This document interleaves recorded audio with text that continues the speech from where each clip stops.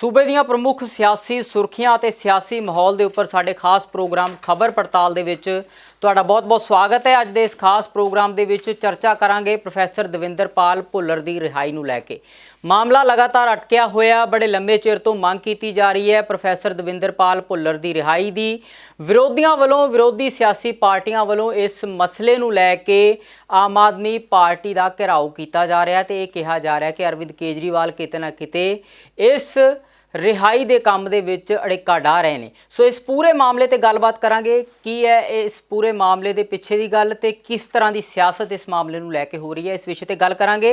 ते नाल दी नाल गल करांगे केंद्र सरकार द्वारा पंजाब नूं दिते जाण वाले रूरल डिवेलपमेंट फंड नूं रोक दिता गया। केंद्र वालों ये कहा जा रहा है कि सूबा सरकार ने उसकी सुचज्जी वरतों नहीं की, जिस काम नूं केंद्र ने सूबे नूं पैसे दिते सन उस काम ते नहीं लाए, किसी होर काम लई सूबा सरकार ने वो पैसे वरत लए। तो इस मामले नूं लैके आम आदमी पार्टी द्वारा उस वेले दी सरकार दे मुख मंत्री कैप्टन अमरिंदर सिंह दे खिलाफ बयानबाजी की जा रही है। तो यह भी कहा जा रहा है कि जेकर आम आदमी पार्टी की सरकार आउंदी है तो कैप्टन अमरिंदर सिंह के खिलाफ इस मामले की जांच करवाई जाएगी। उस तो बाद यूक्रेन के हालातों की गल करांगे। यूक्रेन के विच कौमांतरी हालात किस तरह के ने ते भारतीय विद्यार्थी उत्थे जो फसे हुए ने उन्हां दे हालात किस तरह के ने, इस बाबत भी गलबात करांगे। स्टूडियो के विच मेरे नाल सीनियर पत्रकार सुरिंदर डल्ला जी जुड़े हुए हैं। डल्ला साहब बहुत बहुत स्वागत है तुहाडा। बहुत बहुत धन्यवाद जगदीश जी, तुहाडा भी और दुनिया भर के पंजाबियों का भी बहुत बहुत धन्यवाद। डल्ला साहब सब तो पहला प्रोफैसर दविंदरपाल भुੱਲਰ के मामले की गल करते हैं। लगातार अरविंद केजरीवाल की सरकार का घिराव हो रहा है कि इस मामले को लैके अरविंद केजरीवाल वो संजीदगी नहीं दिखा रहे, या ये भी कहा जा रहा है सीधे तौर पर सियासी पार्टियों वालों इल्ज़ाम भी लगाए जा रहे हैं कि जानबुझ के आम आदमी पार्टी उन्होंने रिहाई को लैके विच रोड़ा अटका रही है। किवें देखते हो डल्ला साहब? देखो, पहला तो असीं एक गल नूं समझिए कि देश के प्रधानमंत्री नरेंद्र मोदी ने 8 सिख कैदियों की रिहाई की गल की सी श्री गुरु नानक देव जी के प्रकाश दिहाड़े मौके, 550वें प्रकाश दिहाड़े मौके 11 अक्तूबर 2019। सो 11 अक्तूबर 2019 नूं प्रधानमंत्री नरेंद्र मोदी की सरकार वालों 8 सिख कैदियों को रिहा करने का फैसला किया गया सी। प्रोफैसर दविंदरपाल सिंह भुੱਲਰ उन्हां चों एक सी। हुण इस करके अगर हुण तुसीं देखो 19 तो बाद 20, 21, 22 देश के प्रधानमंत्री नूं भी मैनूं लगदा हुण इस मामले 'च नज़रसानी करनी चाहिए है। देश के गृह मंत्रालय नूं भी हुण वक्त आ गया इस मामले दे विच नज़रसानी करनी चाहिए है कि इन्ना लंबा समा जदों असीं कोई ऐलान कीते हुंदे ने ते वो वक्त रहिंदे वो जिहड़े ऐलान है वो सिरे क्यों नहीं चढ़दे। हुण देखो, दिल्ली सरकार कोले ये फैसला आया होया है और लगातार ये मंग भी हो रही है कि जिन्ना लम्मा समा प्रोफैसर भुੱਲਰ ने जेल कट ली, मैनू लगता 24 साल के आस पास का समा हो गया जेल उन्होंने कटदियां नूं। और सुप्रीम कोर्ट ने उन्होंने फांसी नूं उम्र कैद च तब्दील किया सी, उम्र कैद की सज़ा मुकम्मल कर ली और उस तो बाद मानसिक तौर पर उन्होंने स्थिति ठीक नहीं, लगातार पैरोल ते जांदे ने। ते हुण जदों रिहाई का फैसला ही हो गया, जदों भारत सरकार ने ही कहता असी रिहा करना है, तो फिर सूबे दीयां सरकारां नूं ज़्यादा वक्त नहीं लाना चाहिए, रुकावट नहीं पाउणी चाहिए।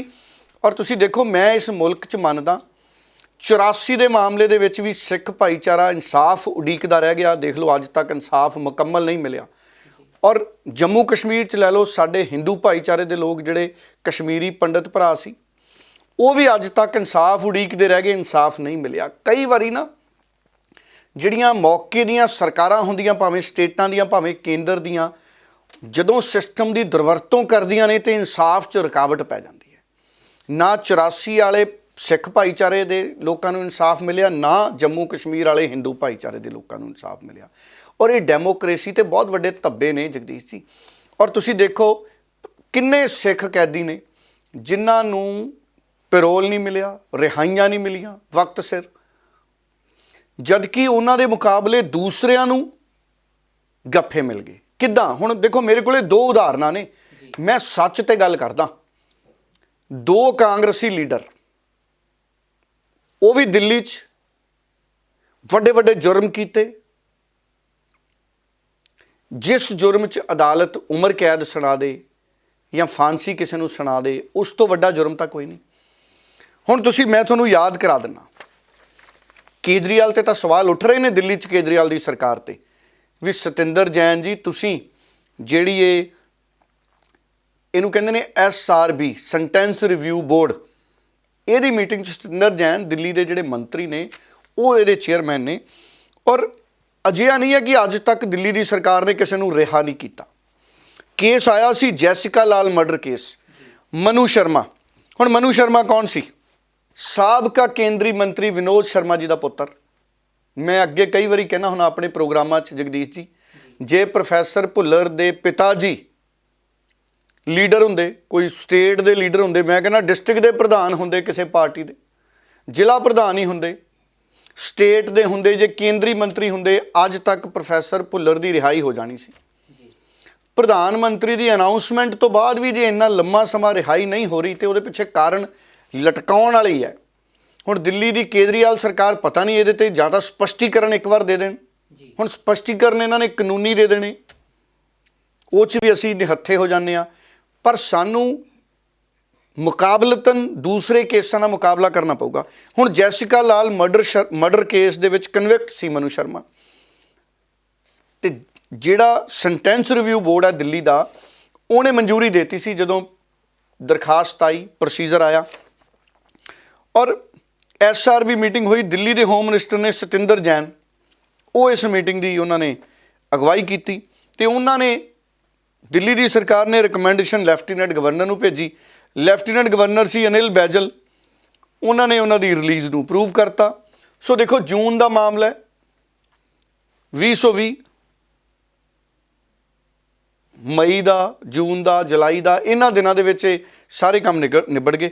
ਵਿਨੋਦ ਸ਼ਰਮਾ ਉਹਨਾਂ ਦਾ ਪੁੱਤਰ ਸੀ ਔਰ ਦਿੱਲੀ ਹਾਈ ਕੋਰਟ ਨੇ ਦਸੰਬਰ 2006 'ਚ ਜੈਸਿਕਾ ਲਾਲ ਦੇ ਕਤਲ ਦੇ ਮਾਮਲੇ 'ਚ, ਜਿਹੜਾ ਕਤਲ ਸੀ 1999 'ਚ ਹੋਇਆ ਸੀ, ਉਹਦੇ ਮਾਮਲੇ 'ਚ ਉਮਰ ਕੈਦ ਦੀ ਸਜ਼ਾ ਸੁਣਾਈ ਸੀ, ਕਿਉਂਕਿ ਇਹ ਕਾਂਗਰਸੀ ਲੀਡਰ ਦਾ ਪੁੱਤਰ ਸੀ। ਕੀ ਇਸ ਕਰਕੇ ਇਹਨੂੰ ਜਲਦੀ ਰਿਹਾਈ ਮਿਲ ਗਈ? ਇੱਕ ਸਵਾਲ ਹੈ। ਫਿਰ ਇੱਕ ਹੋਰ ਆ ਜਾਓ, ਤੰਦੂਰ ਮਰਡਰ ਕੇਸ। ਤੰਦੂਰ ਕਾਂਡ ਬੜਾ ਮਸ਼ਹੂਰ ਹੋਇਆ ਸੀ ਟੈਲੀਵਿਜ਼ਨਾਂ ਤੇ, ਤੰਦੂਰ ਕਾਂਡ ਤੇ ਬੜੀਆਂ ਰਿਪੋਰਟਾਂ ਮਿਲੀਆਂ ਜਗਦੀਸ਼ ਜੀ, ਬੜੀਆਂ ਰਿਪੋਰਟਾਂ ਚੱਲੀਆਂ। ਇਹ ਤੰਦੂਰ ਕਾਂਡ ਨੂੰ ਅੰਜਾਮ ਦੇਣ ਵਾਲਾ ਵੀ ਇੱਕ ਕਾਂਗਰਸ ਦਾ ਲੀਡਰ ਸੀ, ਇਹ ਵੀ ਇੱਕ ਕਾਂਗਰਸ ਦਾ ਲੀਡਰ ਸੀ। 1995 'ਚ ਉਹਨਾਂ ਨੇ ਆਪਣੀ ਧਰਮ ਪਤਨੀ ਦਾ ਮਰਡਰ ਕਰਤਾ ਤੇ ਤੰਦੂਰ 'ਚ ਪਾਤਾ, ਉਹਨਾਂ ਦਾ ਸਰੀਰ ਤੇ ਸਾੜਨ ਦੀ ਕੋਸ਼ਿਸ਼ ਕੀਤੀ ਗਈ। ਤੰਦੂਰ ਕਾਂਡ ਫਿਰ ਇਹ ਬੜਾ ਕੇਸ ਉੱਭਰਿਆ ਔਰ ਲੋਕ ਹੈਰਾਨ ਹੋ ਗਏ ਵੀ ਇਸ ਤਰ੍ਹਾਂ ਵੀ ਕੋਈ ਘਟਨਾ ਦੇ ਸਕਦਾ। ਹੁਣ ਇਹ ਤੰਦੂਰ ਕਾਂਡ ਵਾਲਾ ਸੁਸ਼ੀਲ ਸ਼ਰਮਾ, ਇਹਦਾ ਪੂਰਾ ਨਾਮ ਹੈ ਸੁਸ਼ੀਲ ਸ਼ਰਮਾ, ਸੁਸ਼ੀਲ ਕੁਮਾਰ ਸ਼ਰਮਾ, ਇਹਨੂੰ ਵੀ ਉਮਰ ਕੈਦ ਦੀ ਸਜ਼ਾ ਹੋਈ ਸੀ। ਇਹ ਵੀ ਯੂਥ ਕਾਂਗਰਸ ਦਾ ਲੀਡਰ ਸੀ, ਇਹ ਯੂਥ ਕਾਂਗਰਸ ਦਾ ਲੀਡਰ ਸੀ, ਇਹਨੂੰ ਵੀ ਰਿਹਾਈ ਮਿਲ ਗਈ ਜਦੋਂ ਵਕਤ ਆਇਆ ਤਾਂ। ਸੋ ਇਸ ਕਰਕੇ ਪ੍ਰੋਫੈਸਰ ਦਵਿੰਦਰਪਾਲ ਸਿੰਘ ਭੁੱਲਰ ਦੇ ਮਾਮਲੇ ਦੇ ਵਿੱਚ ਸਵਾਲ ਉੱਠਦੇ ਨੇ ਕਿ ਪ੍ਰੋਫੈਸਰ ਭੁੱਲਰ ਨੂੰ ਰਿਹਾਈ ਕਿਉਂ ਨਹੀਂ। ਹਾਲਾਂਕਿ ਜਿਹੜੀਆਂ ਦੂਜੀਆਂ ਰਿਹਾਈਆਂ ਮਿਲੀਆਂ ਅਦਾਲਤਾਂ ਦੇ ਹੁਕਮ ਸੀ, ਕਾਨੂੰਨੀ ਪ੍ਰੋਸੀਜਰ ਸੀ। ਮੈਂ ਇਹ ਨਹੀਂ ਕਹਿੰਦਾ ਵੀ ਉਹਨਾਂ ਨੂੰ ਆਊਟ ਆਫ ਦਾ ਵੇ ਜਾ ਕੇ ਰਿਹਾਈ ਮਿਲ ਗਈ, ਪਰ ਮੈਂ ਇਹ ਦੱਸ ਰਿਹਾ ਕਿ ਜਿਨ੍ਹਾਂ ਦਾ ਸੰਬੰਧ ਕਾਂਗਰਸ ਨਾਲ ਸੀ, ਹੁਣ ਭਾਵੇਂ ਸੰਜੋਗ ਕਹਿ ਲਓ, ਭਾਵੇਂ ਇਹਦੇ ਪਿੱਛੇ ਸਿਸਟਮ ਕਹਿ ਲਓ, ਭਾਵੇਂ ਇਹਦੇ ਪਿੱਛੇ ਪਹੁੰਚ ਕਹਿ ਲਓ, ਇਹ ਦੋਨੇ ਕਾਂਗਰਸੀ ਸੀ, ਰਿਹਾਈ ਲੈ ਗਏ। ਹਾਲਾਂਕਿ ਹੋਰ ਵੀ ਲੋਕਾਂ ਨੂੰ ਹੋਈ ਹੋਣੀ ਹੈ, ਪਰ ਇਹ ਚਰਚਿਤ ਕੇਸ ਸੀ। ਪ੍ਰੋਫੈਸਰ ਭੁੱਲਰ ਦਾ ਵੀ ਚਰਚਿਤ ਕੇਸ ਹੈ। ਇਸ ਵਕਤ ਪ੍ਰੋਫੈਸਰ ਭੁੱਲਰ ਦੇ ਨਾਲ ਵੱਡੀ ਗਿਣਤੀ 'ਚ ਲੋਕ ਹਮਦਰਦੀ 'ਚ ਖੜੇ ਨੇ ਕਿ ਉਹਨਾਂ ਨੂੰ ਰਿਹਾ ਹੋਣਾ ਚਾਹੀਦਾ। ਹੁਣ ਦੇਖੋ, ਰਾਜਨੀਤੀ ਤਾਂ ਇਹਦੇ 'ਤੇ ਹੋਣੀ ਹੈ। ਮਨਜਿੰਦਰ ਸਿਰਸਾ ਨੇ ਕਹਿਤਾ ਕਿ ਦਿੱਲੀ ਦੀ ਸਰਕਾਰ ਪ੍ਰੋਫੈਸਰ ਭੁੱਲਰ ਨੂੰ ਛੱਡਣਾ ਨਹੀਂ ਚਾਹੁੰਦੀ। ਸੁਖਬੀਰ ਬਾਦਲ ਨੇ ਇਲਜ਼ਾਮ ਲਾਤੇ। ਇਸ ਕਰਕੇ ਆਮ ਆਦਮੀ ਪਾਰਟੀ ਨੂੰ ਨਿਰਪੱਖਤਾ ਦੇ ਨਾਲ ਫੈਸਲਾ ਲੈ ਲੈਣਾ ਚਾਹੀਦਾ ਹੈ ਔਰ ਵਿਚਾਰ ਲੈਣਾ ਚਾਹੀਦਾ ਸੀ। ਮਤਾ ਹੀ ਨਹੀਂ ਵਿਚਾਰਿਆ ਗਿਆ। ਕਹਿੰਦੇ ਤੁਸੀਂ ਦੇਖੋ ਕਿੱਡਾ ਵੱਡਾ ਮਾਮਲਾ ਹੈ ਮਨੁੱਖਤਾ ਦੇ ਅਧਿਕਾਰ ਤੇ, ਕਿਉਂਕਿ ਮਨੁੱਖੀ ਅਧਿਕਾਰ ਕਮਿਸ਼ਨ ਹੈ ਜਿਹੜਾ, ਉਹ ਵੀ ਲਗਾਤਾਰ ਕਹਿੰਦਾ ਹੈ ਕਿ ਜਿਹੜੇ ਕੈਦੀ ਮਾਨਸਿਕ ਤੌਰ ਤੇ ਪਰੇਸ਼ਾਨ ਨੇ, ਬਿਮਾਰ ਨੇ, ਸਰੀਰਕ ਕਸ਼ਟ ਚੱਲ ਰਹੇ ਨੇ, ਐਡੀ ਸਜ਼ਾ ਕੱਟ ਲਈ। ਮੈਂ ਕਹਿੰਦਾ ਜਗਦੀਸ਼ ਜੀ, ਇਹ ਗੱਲਾਂ ਵੀ ਮੇਰੀਆਂ, ਇਹਨਾਂ ਨੂੰ ਵੀ ਤੁਸੀਂ ਰੈਲੇਵੈਂਟ ਨਾ ਮੰਨੋ। ਇੱਕ ਗੱਲ ਤਾਂ ਮੰਨੋ ਵੀ ਦੇਸ਼ ਦੇ ਪ੍ਰਧਾਨ ਮੰਤਰੀ ਨੇ, ਸ਼੍ਰੀ ਗੁਰੂ ਨਾਨਕ ਦੇਵ ਜੀ ਦੇ ਪਵਿੱਤਰ ਪ੍ਰਕਾਸ਼ ਪੁਰਬ ਮੌਕੇ ਐਲਾਨ ਕੀਤਾ ਹੋਵੇ ਸਾਡੇ ਮੁਲਕ ਦੇ ਪ੍ਰਧਾਨ ਮੰਤਰੀ ਨੇ, ਤੇ ਫਿਰ ਅੱਗੇ ਫੈਸਲੇ ਮੰਨੇ ਨਾ ਜਾ ਰਹੇ ਹੋਣ, ਦੇਰੀ ਉਹਨਾਂ 'ਚ ਹੋ ਰਹੀ ਹੋਵੇ, ਸਵਾਲ ਇਹ ਹੈ। ਸੋ ਮੈਨੂੰ ਲੱਗਦਾ ਇਸ ਕਰਕੇ ਕਈ ਵਾਰੀ ਬੜੀ ਸੰਗ ਇਸ ਸਿਸਟਮ ਤੋਂ ਮਹਿਸੂਸ ਹੁੰਦੀ ਹੈ ਔਰ ਇਸੇ ਸਿਸਟਮ ਨੂੰ ਬਦਲਣ ਦੀ ਲੜਾਈ ਹੈ ਜਿਹੜੀ ਇਹ ਦਾਅਵਾ ਕਰਕੇ ਆਮ ਆਦਮੀ ਪਾਰਟੀ ਵਾਲੇ ਆਏ ਸੀ ਵੀ ਅਸੀਂ ਸਿਸਟਮ ਬਦਲਾਂਗੇ ਤੇ ਲੱਗਦਾ ਆਮ ਆਦਮੀ ਪਾਰਟੀ ਵਾਲੇ ਵੀ ਉਸੇ ਸਿਸਟਮ ਦਾ ਹੀ ਹਿੱਸਾ ਬਣੀ ਜਾਂਦੇ ਵੀ ਭਾਈ ਕਾਂਗਰਸ ਵਾਲੇ ਨੂੰ ਲਿਆਓ ਰਾਤ ਨੂੰ ਸ਼ਾਮਲ ਕਰਾਓ ਸਵੇਰ ਨੂੰ ਟਿਕਟ ਜੀ। ਸੋ ਇਸ ਕਰਕੇ ਬਾਕੀ ਦੇਖੋ 10 ਮਾਰਚ ਨੂੰ ਪਤਾ ਲੱਗ ਜਾਊਗਾ ਪੰਜਾਬ ਦੇ ਲੋਕ ਵੀ ਕੀ ਫੈਸਲਾ ਕਰਦੇ ਨੇ। ਜੇ ਮੌਕਾ ਮਿਲਿਆ ਆਮ ਆਦਮੀ ਪਾਰਟੀ ਨੂੰ ਤੇ ਆਮ ਆਦਮੀ ਪਾਰਟੀ ਫਿਰ ਇਸ ਸਿਸਟਮ ਨੂੰ ਬਦਲ ਕੇ ਕੰਮ ਕਰੇ ਫਿਰ ਤਾਂ ਗੱਲ ਸਮਝ ਆਉਂਦੀ ਹੈ। ਅਗਰ ਆਮ ਆਦਮੀ ਪਾਰਟੀ ਉਸੇ ਤਰ੍ਹਾਂ ਦੀ ਸਿਆਸਤ ਕਰੂਗੀ ਜਿਹੜੀ ਸਿਆਸਤ ਫਰਕ ਕਰਦੀ ਹੈ ਜੀ, ਜਿਹੜੀ ਸਿਆਸਤ ਫਰਕ ਕਰਦੀ ਹੈ ਤੇ ਫਿਰ ਉਸ ਸਿਆਸਤ ਦਾ ਕੋਈ ਲਾਭ ਨਹੀਂ ਹੋਣਾ ਜੀ। ਡੱਲਾ ਸਾਹਿਬ 1100 ਕਰੋੜ ਰੁਪਏ ਦਾ ਮਾਮਲਾ ਬੜਾ ਭਖਿਆ ਹੋਇਆ। ਆਮ ਆਦਮੀ ਪਾਰਟੀ ਨੇ ਗੱਲ ਚੁੱਕੀ ਹੈ। ਹਰਪਾਲ ਚੀਮਾ ਤੇ ਭਗਵੰਤ ਮਾਨ ਨੇ ਕਿਹਾ ਹੈ ਕਿ ਜਿਹੜੇ ਰੂਰਲ ਫੰਡ ਜਿਹੜੇ ਪੰਜਾਬ ਨੂੰ ਕੇਂਦਰ ਵੱਲੋਂ ਦਿੱਤੇ ਜਾਣੇ ਸੀ ਉਹ ਰੋਕ ਲਏ ਕੇਂਦਰ ਸਰਕਾਰ ਨੇ। ਰੋਕਣ ਦਾ ਕਾਰਨ ਇਹ ਦੱਸਿਆ ਕਿ ਕੈਪਟਨ ਅਮਰਿੰਦਰ ਸਿੰਘ ਦੇ ਵੇਲੇ ਦੀ ਸਰਕਾਰ ਨੇ ਜਿਹੜੇ ਫੰਡ ਕੇਂਦਰ ਨੇ ਦਿੱਤੇ ਸੀ ਉਹਨਾਂ ਦੀ ਸੁਚੱਜੇ ਢੰਗ ਨਾਲ ਵਰਤੋਂ ਨਹੀਂ ਕੀਤੀ, ਕਿਤੇ ਹੋਰ ਵਰਤ ਲਏ। ਕੇਂਦਰ ਕਹਿ ਰਿਹਾ ਕਿ ਪੰਜਾਬ ਸੂਬਾ ਜਿਹੜਾ ਉਹ ਹਿਸਾਬ ਦੇਵੇ, ਉਸ ਤੋਂ ਬਾਅਦ ਇਹ ਫੰਡ ਜਾਰੀ ਕਰਾਂਗੇ। ਕਿਵੇਂ ਦੇਖਦੇ ਹੋ ਡੱਲਾ ਸਾਹਿਬ? ਦੇਖੋ ਸਵਾਲ ਇਹ ਹੈ ਕਿ ਇਹਦੇ ਤੇ ਬਿਆਨ ਆ ਗਿਆ ਹਰਪਾਲ ਚੀਮਾ ਜੀ ਦਾ ਜੀ, ਐਲਓਪੀ ਨੇ, ਲੀਡਰ ਆਫ ਓਪੋਜੀਸ਼ਨ ਨੇ, ਵਕੀਲ ਵੀ ਨੇ ਬੜੇ ਸਿਆਣੇ। ਭਗਵੰਤ ਮਾਨ ਉਹਨਾਂ ਦੇ ਵੀ ਬਿਆਨ ਆ ਗਏ, ਯੂਕਰੇਨ ਦੇ ਮਸਲੇ ਦੇ ਵੀ ਬਿਆਨ ਆ ਗਏ। ਕੀ ਭਗਵੰਤ ਮਾਨ ਜੀ ਕੀ ਹਰਪਾਲ ਚੀਮਾ ਜੀ ਨੇ ਪਿਛਲੇ 2-3 ਦਿਨਾਂ ਤੋਂ ਇੱਕ ਵਾਰ ਕਿਹਾ ਕਿ ਪ੍ਰੋਫੈਸਰ ਭੁੱਲਰ ਨੂੰ ਵੀ ਕੇਜਰੀਵਾਲ ਸਾਹਿਬ ਰਿਹਾ ਕਰ ਦਿਓ, ਪਹਿਲ ਦੇ ਆਧਾਰ ਤੇ ਵਿਚਾਰ ਲਓ? ਕੀ ਕੋਈ ਪ੍ਰੈਸ ਨੋਟ ਜਾਰੀ ਕੀਤਾ ਭਗਵੰਤ ਮਾਨ ਨੇ ਜਾਂ ਹਰਪਾਲ ਚੀਮਾ ਨੇ ਵੀ ਕੇਜਰੀਵਾਲ ਸਾਹਿਬ ਪ੍ਰੋਫੈਸਰ ਭੁੱਲਰ ਦਾ ਮਾਮਲਾ ਵੀ ਦੇਖ ਲਓ? ਜੀ, ਕੈਦੀ ਇੱਕੋ ਹੀ ਨੇ ਸਾਰੇ। ਕੈਦੀਆਂ ਨੂੰ ਤੁਸੀਂ ਜਾਤ ਪਾਤ ਇਸ ਨਜ਼ਰੀਏ ਦੇ ਨਾਲ ਨਾ ਦੇਖੋ। ਜੁਰਮ ਹੈ, ਕੋਈ ਵੀ ਜੁਰਮ ਹੈ। ਤੇ ਜਦੋਂ ਅਦਾਲਤੀ ਪ੍ਰਕਿਰਿਆ, ਕਾਨੂੰਨੀ ਪ੍ਰਕਿਰਿਆ 'ਚ ਰਿਹਾਈ ਦੀ ਗੱਲ ਆਉਂਦੀ ਹੈ ਫਿਰ ਇਹ ਵੀ ਨਾ ਦੇਖੋ। ਜੀ। ਸੋ ਇਸ ਕਰਕੇ ਮੰਗ ਹਰਪਾਲ ਚੀਮਾ ਨੂੰ ਤੇ ਅਰਵਿੰਦ ਕੇਜਰੀਵਾਲ ਨੂੰ, ਹਰਪਾਲ ਚੀਮਾ ਨੂੰ ਮੰਗ ਕਰਨੀ ਚਾਹੀਦੀ, ਭਗਵੰਤ ਮਾਨ ਨੂੰ ਵੀ ਮੰਗ ਕਰਨੀ ਚਾਹੀਦੀ ਹੈ। ਖੈਰ ਇਹ ਚੰਗੀ ਗੱਲ ਹੈ ਕਿ ਜਿਹੜੀ ਮੰਗ ਕੀਤੀ ਹਰਪਾਲ ਚੀਮਾ ਨੇ ਵੀ ਭਗਵੰਤ ਮਾਨ ਨੇ ਵੀ ਕੈਪਟਨ ਅਮਰਿੰਦਰ ਸਿੰਘ ਤੇ ਸਵਾਲ ਖੜਾ ਕਰਤਾ। ਹਰਪਾਲ ਚੀਮਾ ਨੇ ਇੱਥੋਂ ਤੱਕ ਕਹਿਤਾ ਵੀ ਜੇ ਸਾਡੀ ਸਰਕਾਰ ਆ ਗਈ ਤੇ ਅਸੀਂ ਪਿਛਲੀ ਸਰਕਾਰ ਦੇ ਮਾਮਲੇ 'ਚ ਜਿੱਥੇ ਸ਼ੱਕ ਨੇ, ਧੋਖੇ ਨੇ, ਠੱਗੀ ਆ, ਉੱਥੇ ਜਾਂਚ ਕਰਾਵਾਂਗੇ। ਮੈਂ ਕਹਿੰਦਾ ਹਰਪਾਲ ਚੀਮਾ ਜੀ ਮੈਂ ਤੁਹਾਡੇ ਨਾਲ ਆ, ਪੂਰਾ ਪੰਜਾਬ ਹੀ ਨਾਲ ਹੈ। ਬਿਲਕੁਲ ਜਾਂਚ ਹੋਣੀ ਚਾਹੀਦੀ ਆ ਪਿਛਲੀ ਸਰਕਾਰ ਦੇ ਘੁਟਾਲਿਆਂ ਤੇ। ਜਿਹੜਾ ਵੀ ਘੁਟਾਲਾ ਪਿਛਲੀ ਸਰਕਾਰ 'ਚ ਹੋਇਆ ਉਹਦੀ ਕਰੋ ਜਾਂਚ। CBI ਨੂੰ ਵੀ ਨਾ ਦਿਓ, ਵਿਜੀਲੈਂਸ ਨੂੰ ਜਾਂਚ ਦਿਓ, ਨਿਰਪੱਖਤਾ ਦੇ ਨਾਲ ਜਾਂਚ ਦਿਓ। ਸਾਡੇ ਪੁਲਿਸ ਅਫਸਰਾਂ ਨੇ 15 ਦਿਨਾਂ 'ਚ ਦੁੱਧ ਦਾ ਦੁੱਧ ਤੇ ਪਾਣੀ ਦਾ ਪਾਣੀ ਕਰ ਦੇਣਾ, ਪਰ ਹਿੰਮਤ ਵਿਖਾਇਓ ਜੇ ਤੁਹਾਡੀ ਸਰਕਾਰ ਆਈ। ਫੈਸਲਾ 10 ਮਾਰਚ ਨੂੰ ਹੋਣਾ। ਪਰ ਸਵਾਲ ਇਹ ਹੈ ਕਿ ਇਲਜ਼ਾਮ ਨਾਲ ਇਹ ਵੀ ਲਾਤੇ ਵੀ ਮੋਦੀ ਸਰਕਾਰ ਪੰਜਾਬ ਨਾਲ ਧੱਕਾ ਕਰ ਰਹੀ ਹੈ। ਹੁਣ ਤੁਸੀਂ ਦੱਸੋ, ਕੈਪਟਨ ਅਮਰਿੰਦਰ ਤਾਂ ਮੋਦੀ ਸਰਕਾਰ ਨਾਲ ਹੀ ਜੁੜ ਗਏ, ਹੁਣ BJP ਨਾਲ ਹੀ ਸਾਂਝ ਪਾ ਕੇ ਚੋਣ ਲੜੇ। 1100 ਕਰੋੜ ਕਹਿੰਦੇ ਰੂਰਲ ਡਿਵੈਲਪਮੈਂਟ ਫੰਡ ਕੇਂਦਰ ਦੇ ਨਹੀਂ ਰਿਹਾ। ਕੇਂਦਰ ਇਹ ਕਹਿੰਦਾ ਸੂਬੇ ਦੀ ਸਰਕਾਰ ਨੇ ਸੂਦ ਕਰਕੇ ਰੂਰਲ ਡਿਵੈਲਪਮੈਂਟ ਫੰਡ ਦਾ ਪੈਸਾ ਕਰਜ਼ਾ ਮਾਫੀ 'ਚ ਦੇਤਾ ਕਿਸਾਨਾਂ ਨੂੰ।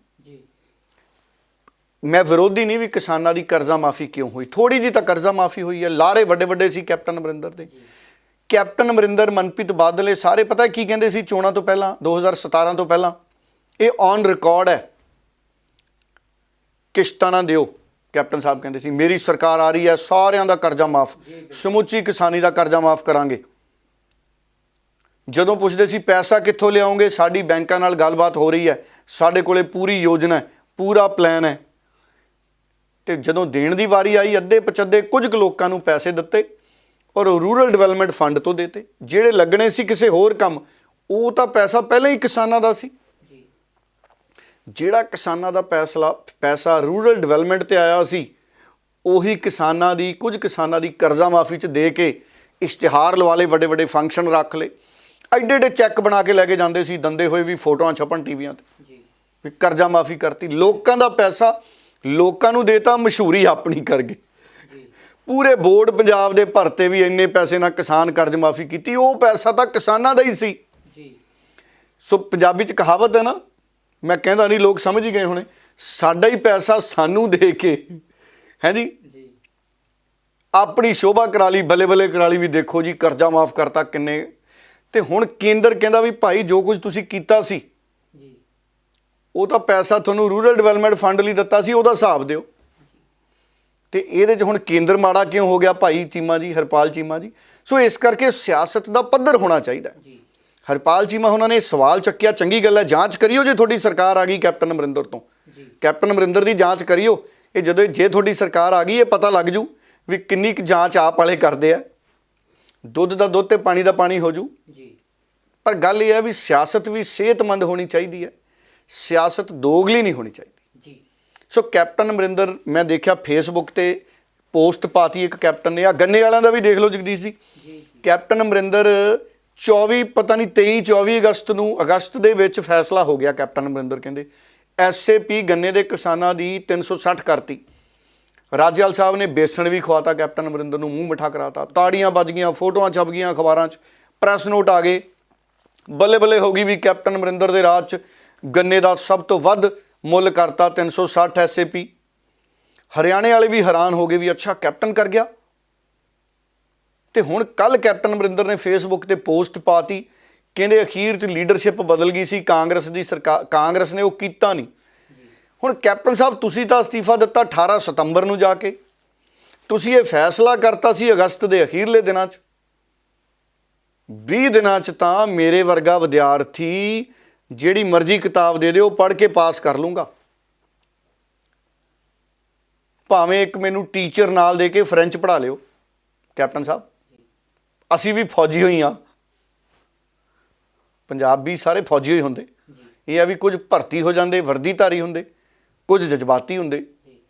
ਸੋ ਇਸ ਕਰਕੇ ਕੈਪਟਨ ਅਮਰਿੰਦਰ ਵੀ ਕੱਲ ਫੇਸਬੁੱਕ ਤੇ ਕਹਿੰਦੇ ਵੀ ਜੇ ਮੇਰੀ ਦੁਬਾਰਾ ਸਰਕਾਰ ਆ ਗਈ NDA ਦੀ ਤਾਂ ਮੈਂ ਇਹ ਵਾਅਦਾ ਪੂਰਾ ਕਰੂੰਗਾ। ਦੇਖੋ ਸੋ ਇਸ ਕਰਕੇ ਸਿਆਸਤ ਦਾ ਪੱਧਰ ਹੈ ਜਗਦੀਸ਼ ਜੀ, ਉਹਦੇ ਤੇ ਸਵਾਲ ਖੜੇ ਹੁੰਦੇ ਨੇ। ਸਿਆਸਤ ਦਾ ਪੱਧਰ ਤੇ ਗੁੜ ਦੀ ਕੁਆਲਿਟੀ, ਖੰਡ ਦੀ ਕੁਆਲਿਟੀ ਘਟਦੀ ਜਾਂਦੀ ਹੈ।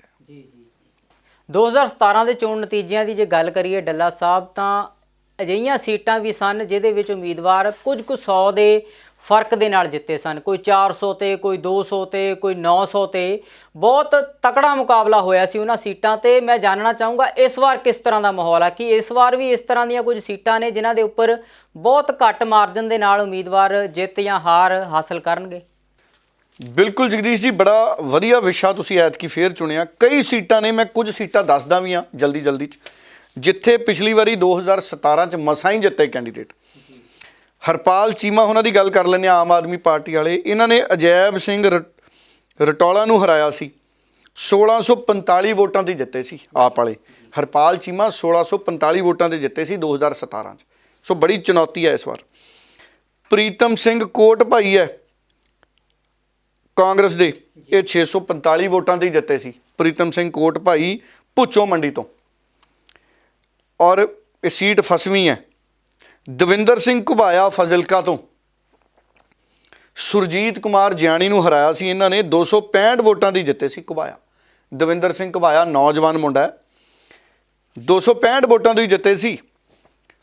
ਔਰ ਬੰਗਾ ਤੋਂ ਸੁਖਵਿੰਦਰ ਕੁਮਾਰ ਗੜ੍ਹਸ਼ੰਕਰ ਤੋਂ ਜੈ ਕ੍ਰਿਸ਼ਨ, ਆਪ ਦੇ ਜੈ ਕ੍ਰਿਸ਼ਨ ਰੋੜੀ ਸਾਹਿਬ ਗੜ੍ਹਸ਼ੰਕਰ ਤੋਂ 1650 ਵੋਟਾਂ ਦੇ ਕਰੀਬ ਹੀ ਜਿੱਤੇ ਸੀ। ਮਾੜਾ ਮੋਟਾ ਫਰਕ ਹੋ ਸਕਦਾ ਵੋਟ ਦਾ, ਇੱਕ ਅੱਧੀ ਦਾ, 2 4 5 ਵੋਟਾਂ ਦਾ, ਮੋਟੇ ਅੰਕੜੇ ਇਹੀ ਹੈ। ਹੁਣ ਤੁਸੀਂ ਦੇਖੋ ਲਖਬੀਰ ਸਿੰਘ ਲੋਧੀ ਨੰਗਲ ਨੇ ਜਿਹੜੇ ਸ਼੍ਰੋਮਣੀ ਅਕਾਲੀ ਦਲ ਦੇ ਮਾਝੇ ਚੋਂ, ਇਹ ਵੀ 485 ਵੋਟਾਂ ਨਾਲ ਹੀ ਜਿੱਤੇ ਸੀ। ਸੋ ਕਈ ਸੀਟਾਂ ਤੇ ਬਹੁਤਾ ਫਰਕ ਨਹੀਂ ਸੀ। ਔਰ ਸੁਖਜਿੰਦਰ ਸਿੰਘ ਰੰਧਾਵਾ ਡੇਰਾ ਬਾਬਾ ਨਾਨਕ ਤੋਂ, ਸੁਖਜਿੰਦਰ ਸਿੰਘ ਰੰਧਾਵਾ ਬੜੀ ਉਹਨਾਂ ਨੇ ਨਾਮ ਬਣਾਇਆ ਐਤਕੀ ਜਗਦੀਸ਼ ਜੀ। ਆ ਫਲੌਰ ਨਾਕੇ ਤੇ ਛਾਪਾ ਮਾਰਿਆ ਸੀ, ਉਦੋਂ ਦੇ ਬੜੇ ਪ੍ਰਸਿੱਧ ਹੋ ਗਏ ਸੁਖਜਿੰਦਰ ਸਿੰਘ ਰੰਧਾਵਾ ਵੀ, ਨਾਕੇ ਤੇ ਛਾਪਾ ਮਾਰਤਾ, ਸਸਪੈਂਡ ਕਰਤੇ ਮੁਲਾਜ਼ਮ, ਕਿੱਡਾ ਵੱਡਾ ਕੰਮ ਕਰਤਾ। ਜਦਕਿ ਚੁਣੌਤੀਆਂ ਹੋਰ ਵੀ ਬੜੀਆਂ ਨੇ ਸੁਖਜਿੰਦਰ ਰੰਧਾਵੇ ਅੱਗੇ ਸੀਗੀਆਂ। ਤੇ ਸੁਖਜਿੰਦਰ ਰੰਧਾਵਾ ਜਿੱਤੇ ਸੀ ਸੁੱਚਾ ਸਿੰਘ ਲੰਗਾਹ ਨੂੰ ਹਰਾ ਕੇ 1194 ਵੋਟਾਂ ਤੇ, ਵੀ ਫਰਕ ਬੜਾ। ਸੁਖਜਿੰਦਰ ਸਿੰਘ ਰੰਧਾਵਾ ਪਿਛਲੀ ਵਾਰੀ 1194 ਵੋਟਾਂ ਤੇ ਜਿੱਤੇ ਸੀ ਜਦੋਂ ਲਹਿਰ ਸੀ ਕਾਂਗਰਸ ਦੀ 2017 'ਚ। ਐਤਕੀ ਤਾਂ ਦੇਖੋ ਫਿਰ ਕੀ ਬਣਦਾ, ਮੁਕਾਬਲਾ ਐਤਕੀ ਵੀ ਸਖਤ ਹੀ ਹੈ। ਪਤਾ ਤਾਂ 10 ਮਾਰਚ ਨੂੰ ਲੱਗੂ ਕਿਹੜਾ ਕਿੰਨੀਆਂ ਕੁ ਵੋਟਾਂ ਨਾਲ ਜਿੱਤਦਾ ਹੈ ਤੇ ਕਿੰਨੀਆਂ ਕੁ ਵੋਟਾਂ ਨਾਲ ਹਾਰਦਾ ਹੈ। ਤੇ ਡੇਰਾਬੱਸੀ ਤੋਂ NK ਸ਼ਰਮਾ ਨੇ ਜਿਹੜੇ, ਉਹ ਵੀ ਦਪਿੰਦਰ ਢਿੱਲੋਂ ਤੋਂ 1921 ਵੋਟਾਂ ਤੋਂ ਹੀ ਜਿੱਤੇ ਸੀ ਪਿਛਲੀ ਵਾਰੀ, ਜ਼ਿਆਦਾ ਫਰਕ ਨਹੀਂ ਸੀ। ਤੇ ਦਲਵੀਰ ਗੋਲਡੀ ਵੀ ਧੂਰੀ ਵਾਲੇ 2811 ਵੋਟਾਂ ਦੇ ਕਰੀਬ ਜਿੱਤੇ ਸੀ। ਇਹ ਵੀ ਜ਼ਿਆਦਾ ਫਰਕ ਨਹੀਂ ਸੀ। ਮੁਕਾਬਲਾ ਇਸ ਵਾਰੀ ਵੀ ਬੜਾ ਸੋ ਮੁਕਾਬਲਾ ਇਸ ਵਾਰ ਸਾਹਮਣੇ ਭਗਵੰਤ ਮਾਨ ਨਾਲ ਹੈ। ਉਹ ਵੀ ਮਾਨਾਂ ਦਾ ਮਾਨ ਹੈ, ਜਿਵੇਂ ਗੁਰਦਾਸ ਮਾਨ ਮਾਨਾਂ ਦੇ ਮਾਨ ਸੀ ਗੁਰਦਾਸ ਮਾਨ। ਗੁਰਦਾਸ ਮਾਨ ਵੀ ਚੰਗੇ ਚੱਲਦੇ ਸੀ। ਆ ਬੱਤੀ ਵਾਲੀ ਗੱਲ ਕਰਕੇ ਥੋੜੇ ਜਿਹੇ ਉਹਨਾਂ ਦੀ ਪ੍ਰਸਿੱਧੀ ਤੇ ਫਰਕ ਪਿਆ, ਪਰ ਮਾਫੀ ਮੰਗ ਲਈ ਸੀ ਉਹਨਾਂ ਨੇ ਬਾਅਦ 'ਚ ਬੱਤੀ ਵਾਲੀ ਗੱਲ ਤੇ। ਪਰ ਮੁਕਾਬਲਾ ਗਿਆ ਗੱਚ ਐਤਕੀ ਜਗਦੀਸ਼ ਜੀ। ਸੋ ਕੁਛ ਨਹੀਂ ਪਤਾ, ਰੱਬ ਹੀ ਜਾਣਦਾ ਹੈ ਵੀ ਕਿਹਨੇ ਐਤਕੀ ਜਿੱਤਣਾ, ਕਿਹਨੇ ਹਾਰਨਾ। ਐਤਕੀ ਸਿਆਸੀ ਪਟਾਕੇ ਬਹੁਤ ਪੈਣੇ ਆ। ਕਈ ਗਾਇਕ ਵੀ ਆਪਣੇ ਦੇਖੋ, ਸਿੱਧੂ ਮੂਸੇਵਾਲਾ ਮਾਨਸਾ ਤੋਂ ਹੀ ਹੈ ਨਾ ਜੀ, ਸਿੱਧੂ ਮੂਸੇਵਾਲਾ ਪੂਰਾ ਜ਼ੋਰ ਲੱਗਿਆ ਸਿੱਧੂ ਮੂਸੇਵਾਲਾ ਦਾ ਵੀ। ਦੇਖੋ ਉੱਥੋਂ ਕੌਣ ਜਿੱਤਦਾ। ਫਿਰ ਆਪਣੀ ਬੀਬੀ ਅਨਮੋਲ ਗਗਨ ਮਾਨ, ਇਹ ਖਰੜ ਤੋਂ ਨੇ। ਪਹਿਲਾਂ ਖਰੜ ਤੋਂ ਆਪਣੇ ਕੰਵਰ ਸੰਧੂ ਸਾਹਿਬ ਹੁੰਦੇ ਸੀ, ਉਹ ਤਾਂ ਲੜੇ ਨਹੀਂ ਐਤਕੀ ਆਮ ਆਦਮੀ ਪਾਰਟੀ ਵਾਲੇ। ਹੁਣ ਉੱਥੇ ਵੀ ਮੁਕਾਬਲਾ ਹੈ। ਤੇ ਬਲਕਾਰ ਸਿੱਧੂ ਵੀ ਪੂਰੇ ਮੁਕਾਬਲੇ ਦੇ ਵਿੱਚ ਨੇ ਰਾਮਪੁਰਾ ਤੋਂ। ਪੂਰਾ ਸਾਰਿਆਂ ਦੀ ਗਹਿ ਗੱਚ ਲੜਾਈ ਹੈ। ਦੇਖੋ ਹੁਣ 10 ਮਾਰਚ ਨੂੰ ਪਤਾ ਲੱਗੂਗਾ ਜੀ। ਡੱਲਾ ਸਾਹਿਬ, ਯੂਕਰੇਨ ਦੀ ਗੱਲ ਕਰ ਲੈਂਦੇ ਆ। ਸੰਕਟ ਹਜੇ ਵੀ ਬਰਕਰਾਰ ਹੈ। ਇੰਡੀਆ ਦੇ ਬਹੁਤ ਸਾਰੇ ਵਿਦਿਆਰਥੀ ਤੇ ਆਮ ਨਾਗਰਿਕ ਅਜੇ ਵੀ ਫਸੇ ਹੋਏ ਨੇ। ਹਾਲਾਂਕਿ ਭਾਰਤ ਸਰਕਾਰ ਦੁਆਰਾ ਲਗਾਤਾਰ ਜਿਹੜੇ ਭਾਰਤੀ ਲੋਕ ਨੇ ਉਹਨਾਂ ਨੂੰ ਭਾਰਤ ਲਿਆਂਦਾ ਜਾ ਰਿਹਾ, ਸੁਰੱਖਿਅਤ ਲਿਆਂਦਾ ਜਾ ਰਿਹਾ। ਪਰ ਖਬਰਾਂ ਇਹ ਆ ਰਹੀਆਂ ਨੇ ਕਿ ਪੰਜਾਬ ਦੇ ਵਿਦਿਆਰਥੀ ਅਜੇ ਵੀ ਅਜਿਹੇ ਇਲਾਕਿਆਂ 'ਚ ਫਸੇ ਹੋਏ ਨੇ ਜਿੱਥੋਂ ਉਹਨਾਂ ਦੇ ਲਈ ਨਿਕਲਣਾ ਬੜਾ ਮੁਸ਼ਕਿਲ ਹੋ ਰਿਹਾ। ਭਾਰਤੀ ਜਿਹੜੇ ਸਾਡੇ ਅਵੈਸੀ ਹੈ ਜਾਂ ਭਾਰਤੀ ਸਾਡੇ ਜਿਹੜੇ ਪਹੁੰਚੇ ਹੋਏ ਨੇ ਉੱਥੇ ਵਿਦਿਆਰਥੀਆਂ ਦੀ ਮਦਦ ਲਈ, ਉਹਨਾਂ ਤੱਕ ਪਹੁੰਚ ਨਹੀਂ ਪਾ ਰਹੇ। ਡੱਲਾ ਸਾਹਿਬ, ਕੀ ਕਹਿਣਾ ਚਾਹੋਗੇ ਤੁਸੀਂ? ਦੇਖੋ, ਮੇਰਾ ਇਹ ਮੰਨਣਾ ਹੈ ਕਿ ਚੁਣੌਤੀਆਂ ਤਾਂ ਹੁੰਦੀਆਂ ਹੀ ਨਹੀਂ, ਕਿਉਂਕਿ ਇਹ ਯੁੱਧ ਬਹੁਤ ਵੱਡਾ ਯੁੱਧ ਹੈ ਜਗਦੀਸ਼ ਜੀ, ਤੁਸੀਂ ਸਮਝਦੇ ਹੋ ਇਸ ਗੱਲ ਨੂੰ। ਪਰ ਫਿਰ ਵੀ ਭਾਰਤ ਦੀ ਸਰਕਾਰ ਵੱਲੋਂ ਜਿਹੜੇ ਉਪਰਾਲੇ ਕੀਤੇ ਗਏ, ਮੈਨੂੰ ਲੱਗਦਾ ਕਿਸੇ ਵੀ ਦੂਜੇ ਮੁਲਕ ਨੇ ਅਜਿਹੇ ਉਪਰਾਲੇ ਨਹੀਂ ਕੀਤੇ। 4 ਮੰਤਰੀ ਉੱਥੋਂ ਬੈਠੇ ਨੇ ਔਰ ਖਬਰਾਂ ਇਹ ਆ ਰਹੀਆਂ ਨੇ ਕਿ ਵੱਡੀ ਗਿਣਤੀ ਸਾਡੇ ਵਿਦਿਆਰਥੀ ਰੈਸਕਿਊ ਕਰ ਲਏ, ਜਹਾਜ਼ਾਂ ਦੇ ਵਿੱਚ ਵਾਪਸ ਆ ਰਹੇ ਨੇ। ਹਾਲਾਂਕਿ ਇੱਕ ਮੰਦਭਾਗੀ ਖਬਰ ਹੋਰ ਵੀ ਹੈ। ਇੱਕ ਸਾਡਾ ਨੌਜਵਾਨ ਬਰਨਾਲੇ ਦਾ ਬਿਮਾਰ ਸੀ, ਉਹ ਵੀ ਉਹਦੇ ਬਾਰੇ ਵੀ ਕੋਈ ਸੁੱਖ ਵਾਲੀ ਖਬਰ ਨਹੀਂ। ਪਰ ਬਹੁਤੇ ਵਿਦਿਆਰਥੀ ਸਾਡੇ ਰੈਸਕਿਊ ਕਰ ਲਏ। ਮੈਨੂੰ ਲੱਗਦਾ ਹੈ ਜ਼ਿਆਦਾਤਰ ਵਿਦਿਆਰਥੀ ਬਾਰਡਰਾਂ 'ਤੇ ਆ ਕੇ ਸੁਰੱਖਿਅਤ ਥਾਵਾਂ 'ਤੇ ਪਹੁੰਚ ਗਏ ਤੇ ਜਿਹੜੇ ਰਹਿ ਗਏ ਉਹ ਵੀ ਯਤਨਾਂ ਦੇ ਵਿੱਚ ਨੇ। ਕੀਵ ਤੋਂ ਤਾਂ ਲਗਭਗ ਸਾਰੇ ਵਿਦਿਆਰਥੀ ਸਾਡੇ ਸਾਂਭੇ ਗਏ ਨੇ। ਯਤਨ ਮੈਂ ਕਹਿਣਾ ਚਾਹੂੰਗਾ ਭਾਰਤ ਦੀ ਸਰਕਾਰ ਨੇ ਚੰਗੇ ਕੀਤੇ ਨੇ। ਸਾਡੇ 4 ਮੰਤਰੀ ਗਏ ਨੇ। ਸੋ ਇਸ ਕਰਕੇ ਇਹਦੇ 'ਚ ਕੋਈ ਦੋ ਰਾਏ ਨਹੀਂ ਹੈ। ਪੰਜਾਬ ਦੇ ਲੀਡਰਾਂ ਨੇ ਵੀ ਚਿੱਠੀਆਂ ਲਿਖੀਆਂ। ਕੇਜਰੀਵਾਲ ਚਿੰਤਿਤ, ਭਗਵੰਤ ਮਾਨ ਚਿੰਤਿਤ, ਫਿਰ ਸਾਡੇ ਪੰਜਾਬ ਦੇ ਅਸੀਂ ਦੇਖਿਆ ਕਈ MP ਚਿੰਤਿਤ। ਕਾਂਗਰਸ ਦੇ MP ਤਾਂ ਮਿਲ ਕੇ ਆਏ ਨੇ, ਕੇਂਦਰੀ ਗ੍ਰਹਿ ਮੰਤਰੀ ਨੂੰ ਮੰਗ ਪੱਤਰ ਦੇ ਕੇ ਆਏ ਔਰ ਸਾਰਿਆਂ ਨੇ, ਕਿਸੇ ਨੇ ਅਖਬਾਰ 'ਚ ਬਿਆਨ ਦਿੱਤਾ, ਕਿਸੇ ਨੇ ਸੂਚੀਆਂ ਪ੍ਰਧਾਨ ਮੰਤਰੀ ਨੂੰ ਭੇਜੀਆਂ ਜਿਹੜੇ ਸਾਡੇ ਲੋਕ ਫਸੇ ਸੀ। ਸੋ ਸਮੂਹਿਕ ਤੌਰ 'ਤੇ ਕੰਮ ਹੋ ਰਿਹਾ। ਆਸ ਕਰਾਂਗੇ ਯੁੱਧ ਵਿਰਾਮ ਦੀ ਘੋਸ਼ਣਾ ਹੋ ਜਾਏ, ਯੁੱਧ ਨਿਬੜ ਜਾਏ, ਯੁੱਧ ਖਤਮ ਹੋ ਜਾਏ, ਫਿਰ ਜਿਹੜਾ ਜਿੱਥੇ ਹੈ ਉਹ ਆਪਣੇ ਆਪ ਸੁਰੱਖਿਅਤ ਹੋ ਜਾਊਗਾ। ਬਾਕੀ ਭਾਰਤ ਸਰਕਾਰ ਲਿਆ ਰਹੀ ਹੈ ਜੀ ਜਹਾਜ਼ਾਂ 'ਚ। ਇਹ ਬੜਾ ਚੰਗਾ ਲੱਗਦਾ ਜਦੋਂ ਵਿਦਿਆਰਥੀ ਰੋਜ਼ ਆਉਂਦੇ ਨੇ ਤੇ ਖਬਰਾਂ ਵੀ ਉਹਨਾਂ ਦੀਆਂ ਆਉਂਦੀਆਂ, ਤੁਸੀਂ ਦਿਖਾਉਂਦੇ ਹੋ ਖਬਰਾਂ ਜਗਦੀਸ਼ ਜੀ। ਬਹੁਤ ਬਹੁਤ ਧੰਨਵਾਦ ਡੱਲਾ ਸਾਹਿਬ। ਹੁਣ ਸਮਾਪਤੀ ਵੱਲ ਵੱਧਦੇ ਹਾਂ ਜੀ। ਤੁਹਾਡਾ ਬਹੁਤ ਬਹੁਤ ਧੰਨਵਾਦ, ਤੁਸੀਂ ਅੱਜ ਦੀਆਂ ਪ੍ਰਮੁੱਖ ਸਿਆਸੀ ਸੁਰਖੀਆਂ ਦੇ ਉੱਪਰ ਆਪਣੇ ਵਿਚਾਰ ਰੱਖੇ। ਬਹੁਤ ਧੰਨਵਾਦ ਜਗਦੀਸ਼ ਜੀ, ਬਹੁਤ ਧੰਨਵਾਦ।